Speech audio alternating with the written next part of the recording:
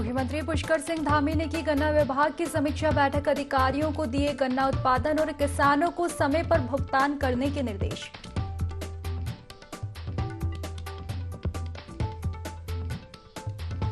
केंद्रीय रक्षा राज्य मंत्री अजय भट्ट पहुंचे जोशीमठ। प्रभावित लोगों से भेंट कर हर संभव मदद का दिया आश्वासन।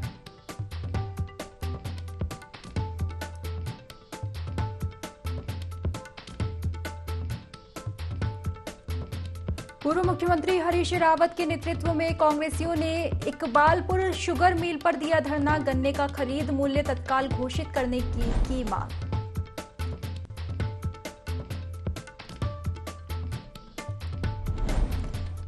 और देहरादून पुलिस ने 2 चरस तस्करों को किया गिरफ्तार। लाखों का चरस भी किया बरामद।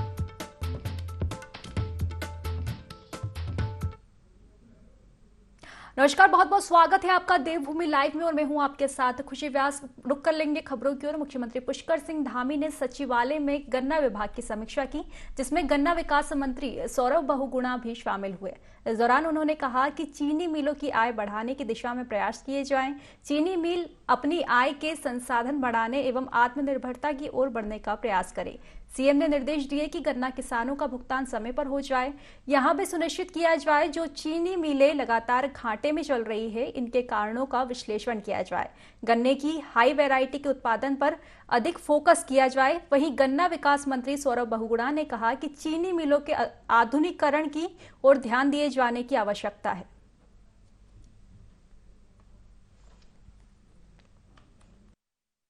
सीजन का जो सत्र शुरू हुआ है, नवंबर 20 के आसपास वो सत्र शुरू हुआ था। वो पेमेंट का सिर्फ बकाया है। पिछले सारे सत्रों का पेमेंट जो है सरकार क्लियर कर चुकी है। जो पिछला सत्र था जो जिसमें 250 करोड़ की देनदारी सरकार की थी, वो हमने पहली बार ऐसा हुआ होगा उत्तराखंड में कि एक पराई सत्र शुरू होने से पहले पिछली पराई सत्र का पूरा पेमेंट हमने क्लियर किया था। और इस बार भी जो हमारे गन्ना किसानों का पेमेंट का जो इशू है, जो 2 महीने का सत्र का है, उसकी फाइल हमने ऑलरेडी माननीय मुख्यमंत्री जी को प्रेषित कर दी है। बहुत जल्द फाइनेंस हमको बजट मिलेगा और हम वो पेमेंट भी क्लियर करेंगे। रुड़की के इकबालपुर शुगर मिल में कांग्रेसी किसानों ने धरना प्रदर्शन किया, जिसमें पूर्व मुख्यमंत्री हरीश रावत भी शामिल हुए। किसानों ने जल्द गन्ने का खरीद मूल्य घोषित करने समेत कई मांगों को लेकर प्रदर्शन किया। साथ ही चीनी मिल पर जो किसानों का बकाया पैसा है उसे चुकाने की मांग की। धरना प्रदर्शन में विधायक समेत कई कार्यकर्ता मौजूद रहे।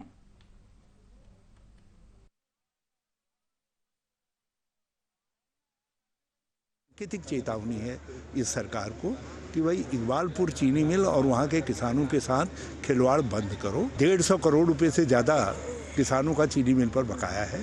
सरकार अपनी जिम्मेदारी नहीं समझ रही। ये अकेले चीनी मिल मालिक दोषी नहीं है, सरकार भी दोषी है। सरकार को गारंटर मान करके लोग चीनी मिलों को चीनी देते हैं। गन्ने का खरीद मूल्य घोषित करिए। तो हमने तय किया है कि आज भी करेंगे, जरूरत पड़ी तो एक बार और धरना देंगे और उसके बाद जो है गन्ना पदयात्रा प्रारंभ करेंगे। हम लोग पदयात्रा करते हुए जो है देहरादून तक पहुंचेंगे और इसको 26 जनवरी के बाद आए। उत्तराखंड के जोशीमठ में हालात जो हैं बिगड़ते चले जा रहे हैं, जिसे देखते हुए रक्षा राज्य मंत्री अजय भट्ट आपदा प्रभावित क्षेत्र पहुंचे, जहां उन्होंने आर्मी कैंप सहित नगर क्षेत्र के Sunil ward, JP colony, Narsingh Mandir, Gandhinagar में क्षतिग्रस्त भवनों का निरीक्षण किया। इस दौरान रक्षा राज्य मंत्री आपदा से प्रभावित पीड़ितों परिवारों से भी मिले हैं।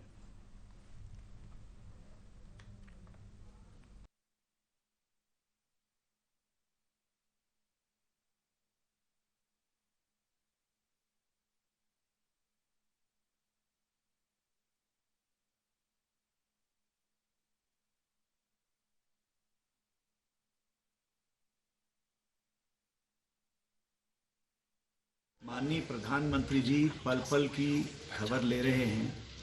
मुख्यमंत्री जी यहाँ दौरा करके चले गए हैं। चीफ सेक्रेटरी अपने पूरे अधिकारियों के साथ यहाँ कैंप किए हैं। आर्मी हमारी हर समय चौकन्ना है। इस समय हमारी पहली प्राथमिकता है जान माल की सुरक्षा करना, एक एक बच्चे को बचाना, हर परिवार को बचाना। थोड़ा कष्ट तो होगा। तो जो टिल्ट हो गए हैं, बिल्कुल ही झुक गए हैं दूसरी तरफ को, या मिल गए हैं जिनका भविष्य में भी खतरा जिनसे बना हुआ है, उनको विशेषज्ञों की देखरेख में अलग किया जा रहा है। उसका भी एस्टिमेट बनेगा। उसका जो खर्चा है, जो अनुमन्य मुआवजा है, वो उनको सहायता भी दी जाएगी। कांग्रेस नेता प्रीतम सिंह के नेतृत्व में वरिष्ठ कांग्रेसियों के प्रतिनिधिमंडल ने राज्यपाल लेफ्टिनेंट जनरल गुरमीत सिंह से मुलाकात की। कांग्रेसियों ने मुलाकात कर चमोली के जोशीमठ में भूधसाव की आपदा में सरकार के अपर्याप्त राहत बचाव कार्यों के संबंध में ज्ञापन दिया। ज्ञापन के माध्यम से आपदाग्रस्त क्षेत्रों में आ रही समस्याओं के तत्काल समाधान के लिए सरकार को निर्देशित करने का अनुरोध भी किया गया है।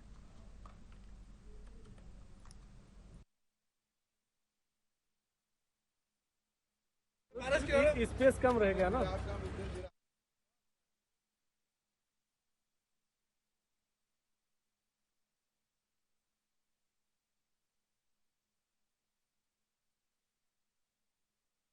के अंदर एक देवी आपदा आई है, जिस देवी आपदा की वजह से कई व्यापारिक प्रतिष्ठान और मकान जमींदू हुए हैं।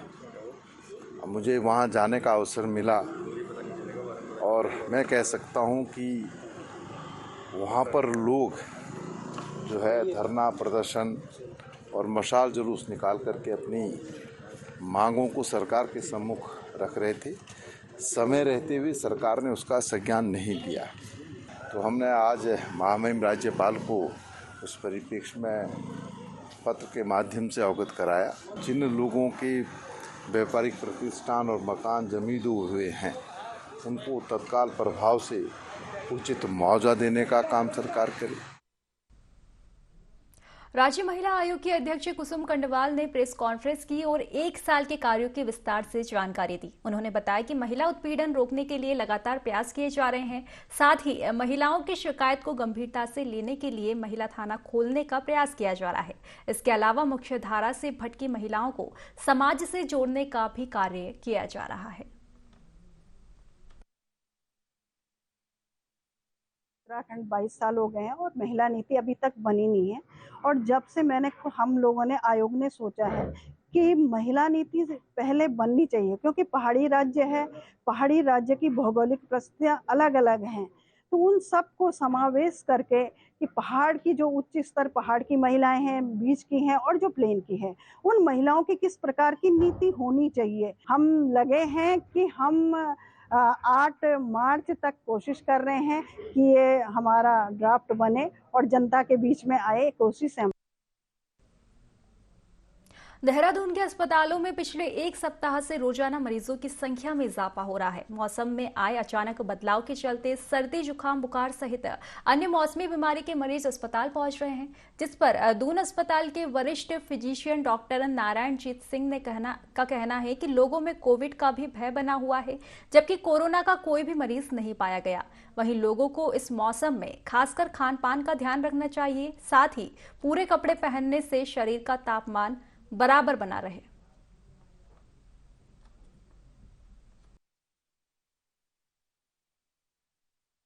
दो चीज़ है इसके अंदर, जैसे ही मौसम चेंज होता है, जनवरी के अर्ली वीक्स ले लीजिए, दिसंबर के लास्ट में जो तेज़ी से मौसम चेंज होता है, इसकी वजह से जो खांसी, जुकाम है, बुखार है, इसके पेशेंट बहुत ज़्यादा आ रहे हैं। फिलहाल जैसे आज कुछ लोगों को पैनिक भी है कि कोविड आ गया है, तो हल्के खांसी जुकाम का जो भी रीज़न हो, जैसे नॉर्मली भी हर साल होता ही है, इसकी वजह से क्या होता है कि पेशेंट वो पैनिक ज़्यादा कर रहा है। और ऐसी कोई विशेष बात नहीं है। अभी फ़िलहाल हमारे पास जितने भी केसेस आ रहे हैं हल्के खांसी जुकाम के साथ आ रहे हैं। निमोनिया का कन्वर्जन उस कंडीशन में ज़्यादा होता है जब पेशेंट बिल्कुल अपना ध्यान नहीं रखता, अगर माइल्ड चीज़ है उसको बढ़ने का पूरा मौका देता है। जो टाइम पे पेशेंट आ रहा है तो वो अभी तक तो इजीली ट्रीटेबल है। जहां एक ओर उत्तराखंड सरकार नशा मुक्ति के लिए लगातार कार्यरत है, तो वहीं दूसरी ओर उत्तराखंड में नशे के कारोबारी सरकार के मंसूबों पर पानी फेरते नजर आ रहे हैं। इसी के चलते देहरादून पुलिस ने 1.5 किलो चरस के साथ 2 आरोपियों को गिरफ्तार किया है। सीओ सिटी ने मामले की जानकारी देते हुए बताया कि दोनों चरस तस्कर उत्तरकाशी के रहने वाले हैं, जो कि गांव में भांग की खेती भी करते थे, साथ ही देहरादून के कई स्थानों पर सप्लाई भी करते थे। बता दें कि आरोपियों से बरामद की गई चरस की बाजार में कीमत 4 लाख रुपए बताई जा रही है।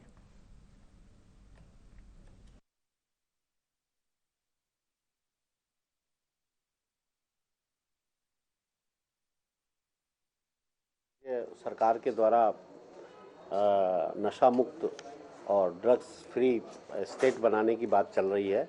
उसमें हमारे पुलिस महानिदेशक महोदय, हमारे वरिष्ठ पुलिस अधीक्षक महोदय, हमारे आईजी साहब, सभी लोगों का ये जोर है कि ड्रग्स से ज़्यादा पकड़ धकड़ हो। तो इसी क्रम में हमारी रायपुर पुलिस की टीम ने थानाध्यक्ष रायपुर और एसएसआई रायपुर के द्वारा अपने कर्मचारियों के साथ मिलकर कल 2 लोगों को पकड़ा गया। ये दोनों व्यक्ति करीब 1.5 किलो चरस देहरादून लेके आ रहे थे। प्राइमा फेसिया इन दोनों व्यक्तियों से जो बरामद हुई है 1.5 किलो चरस, वो एक अच्छी रिकवरी है और करीब 4 लाख रुपए इसकी कीमत है।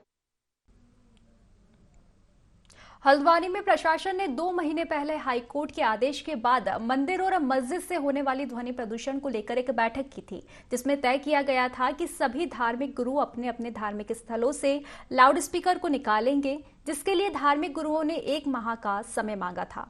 लेकिन 1 महीने बीत जाने के बावजूद भी धार्मिक गुरुओं ने धार्मिक स्थलों से स्पीकर को नहीं निकलवाया, जिसकी शिकायत प्रशासन को मिल रही थी, जिसको लेकर दोबारा धार्मिक गुरुओं के साथ बैठक की गई है, जिसमें तय किया गया कि सभी धार्मिक गुरु अपने अपने धार्मिक स्थलों से लाउडस्पीकर हटवाएंगे और नहीं हटाने पर उनके विरुद्ध एफआईआर दर्ज की जाएगी। वहीं कुछ धार्मिक गुरुओं का कहना है कि अभी हम वार्ता करेंगे, उसके बाद ही कोई डिसीजन लेंगे, क्योंकि यह हमारे धर्म के खिलाफ है।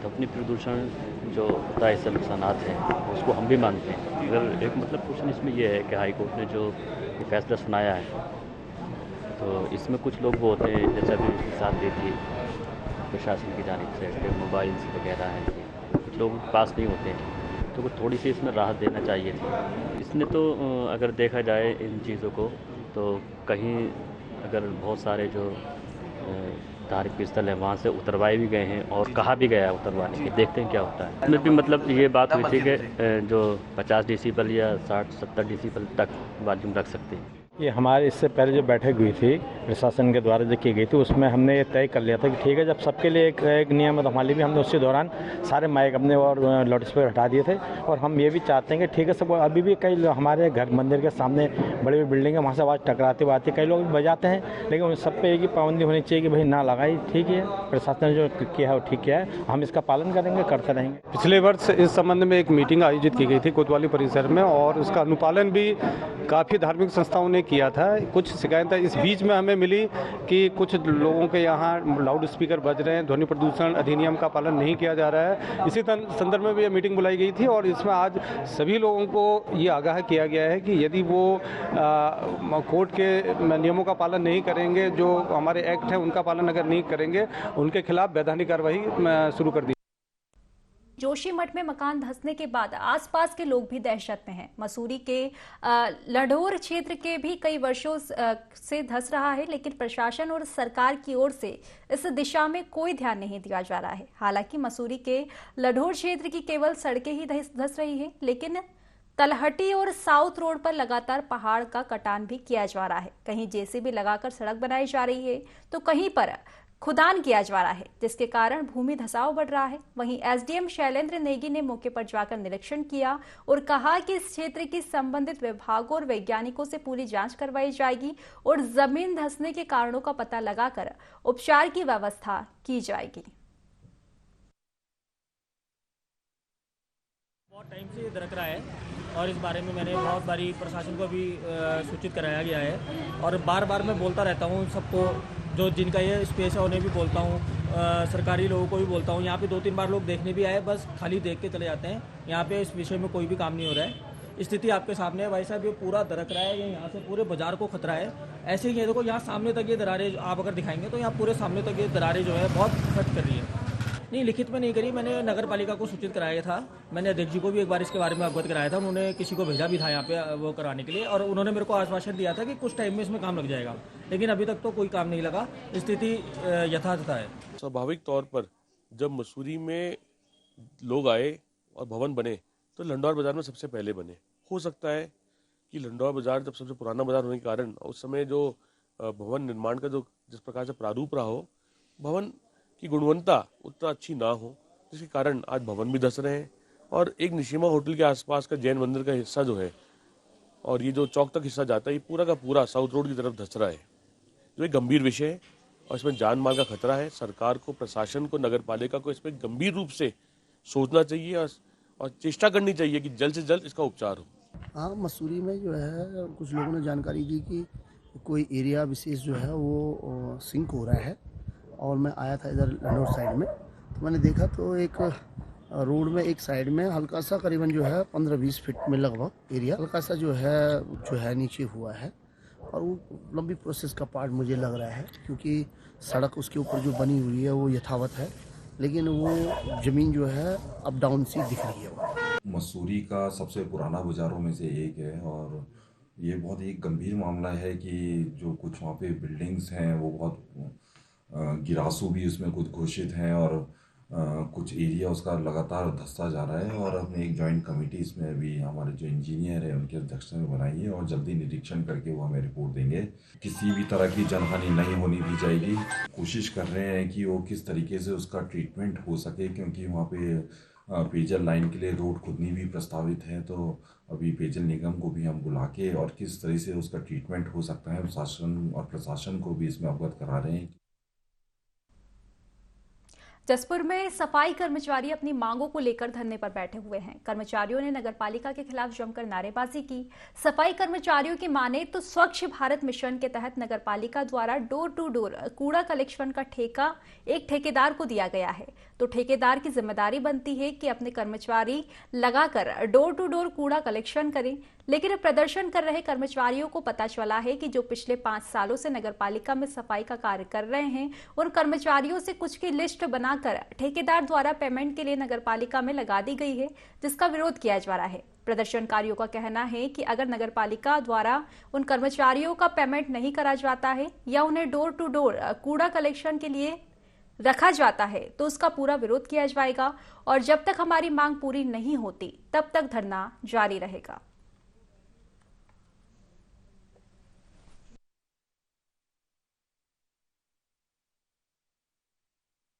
के तहत नगर पालिका परिषद जसपुर द्वारा डोर टू डोर कूड़ा कलेक्शन का ठेका किसी एक कंपनी को दिया गया है। जिस कंपनी को भी इन्होंने वो कूड़ा कलेक्शन का ठेका डोर टू डोर का दिया गया, उस कंपनी की जिम्मेदारी बनती है कि वो अपने कर्मचारी लगाकर शहर की कूड़ा कलेक्शन करें। पर हमें सूत्रों से ज्ञात हुआ है कि नगर पालिका में जो काफी वर्षों से 4-5 साल से सफाई का कार्य कर रहे हैं, उन कर्मचारियों में से कुछ कर्मचारियों की लिस्ट बनाकर ठेकेदार द्वारा लगा दी गई है, जिसका हम विरोध कर रहे हैं। जब तक अगर इस प्रकार से नगर पालिका या ठेकेदार द्वारा उन सफाई के कर्मचारियों को की लिस्ट बनाकर पेमेंट करा गया है या उनको डोर टू डोर कनेक्शन में रखा गया, तो हम उसका पूर्ण विरोध करेंगे और हड़ताल होगी, हड़ताल भी करेंगे। आज हमारा विरोध प्रदर्शन है। अगर विरोध प्रदर्शन के तहत हमारे मांग को पूरा कर दिया गया तो हम इसे समाप्त कर देंगे। केंद्रीय मंत्री अजय भट्ट बीते 4 दिन पहले जसपुर पहुंचे थे, जहां उन्होंने तीर्थ नगर के प्राचीन शिव मंदिर में दर्शन कर मंदिर का निरीक्षण किया, जिसके बाद उन्होंने मंदिर की जर्जर हालत को देखकर निदेशक संस्कृति विभाग उत्तराखंड को पत्र लिखा और पुरातत्व विभाग के अंतर्गत मंदिर के जीर्णोद्धार करने की मांग की।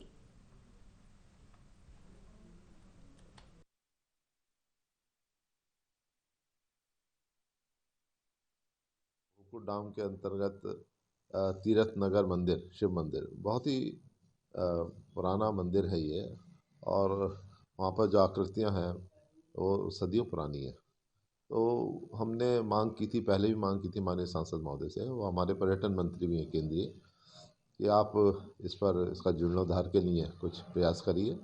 तो उन्होंने कहा है कि इसका पुरातत्व सर्वे मैं कराता हूँ, और उन्होंने लेटर भी लिखा है संबंधित अधिकारियों को कि अगर ये पुरातत्व की दृष्टि से पुराना और मंदिर अगर है तो उसका कहीं ना कहीं मंत्रालय द्वारा उसका जीर्णोद्धार कराने का प्रयास किया जाएगा। हज़ारों की संख्या में जब मेला लगता है, वार्षिक मेला लगता है, तो हज़ारों की संख्या में लोग आते हैं, और उत्तराखंड से नहीं उत्तर प्रदेश से भी लोग आते हैं, और समय समय पर वैसे भी वहाँ दर्शन करने लोग जाते हैं। तो एक अच्छा प्रयास होगा। हरिद्वार में ई रिक्शा चालकों ने रूट का दायरा बढ़ाने पर खुशी जाहिर की है और एसएसपी अजय सिंह का धन्यवाद किया। ई रिक्शा महासंघ हरिद्वार के उपाध्यक्ष अशोक कश्यप ने बताया कि ई रिक्शा चालकों को रूट और कलर कोड को लेकर कई दिक्कतों और परेशानियों का सामना करना पड़ रहा था, जिसको लेकर ई रिक्शा चालक लगातार अपनी मांगों को लेकर प्रयास कर रहे थे, जिस पर एसएसपी ने रूट तथा कलर कोड में फेरबदल कर दी है। साथ ही आश्वासन दिया है कि जल्द ही डायरेक्ट रूट भी संचालित किए जाएंगे।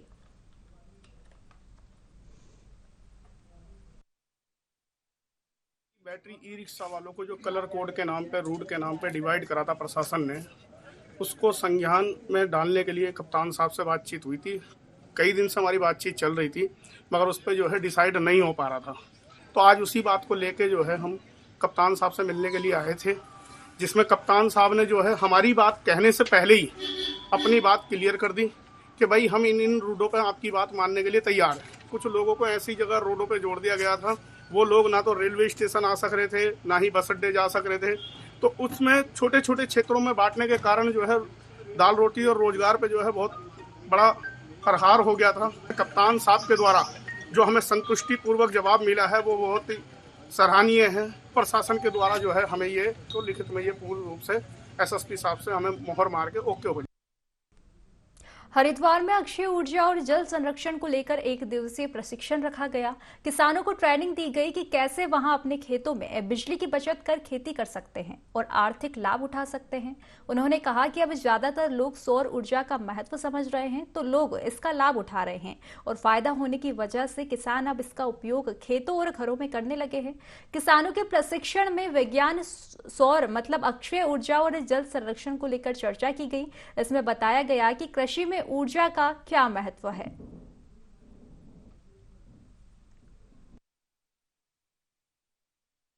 केंद्र में आज जो मीटिंग हो रही है, ये मुख्य रूप से जो हमारी एक संस्था है भारतीय एग्रो इंडस्ट्रीज फाउंडेशन, इसके द्वारा ये प्रायोजित की गई है। और इसका जो मुख्य उद्देश्य था, जो किसानों के अंदर जो है जो पानी की जो अधिकता से किसान प्रयोग करते हैं अपने खेतों में, उनके जल संवर्धन के लिए, उसको जल संवर्धन के द्वारा करके किसान कैसे अपनी ज्यादा से ज्यादा पैदावार करें, उसके ऊपर जो आज की ट्रेनिंग की गई है। इसमें मुख्य रूप से हमारा जो एम्फेसिस रहा है वो गन्ने के ऊपर रहा है। गन्ने का अच्छा बीज कैसे पैदा करें और अच्छे बीज के साथ साथ गन्ने से ज्यादा पैदावार कैसे ले सके किसान, इसके बारे में उनको बताया गया है। टेक्नोलॉजी का ट्रांसफर है, किसानों को जो खेती की जो उन्नत तकनीकी विधियां हैं उनको कैसे पहुंचाया जाए, ये कृषि विज्ञान केंद्र के द्वारा किया जाता है। तो फिलहाल की खास खबरों में बस इतना ही। आप बने रहिए IND 24 के साथ। नमस्कार।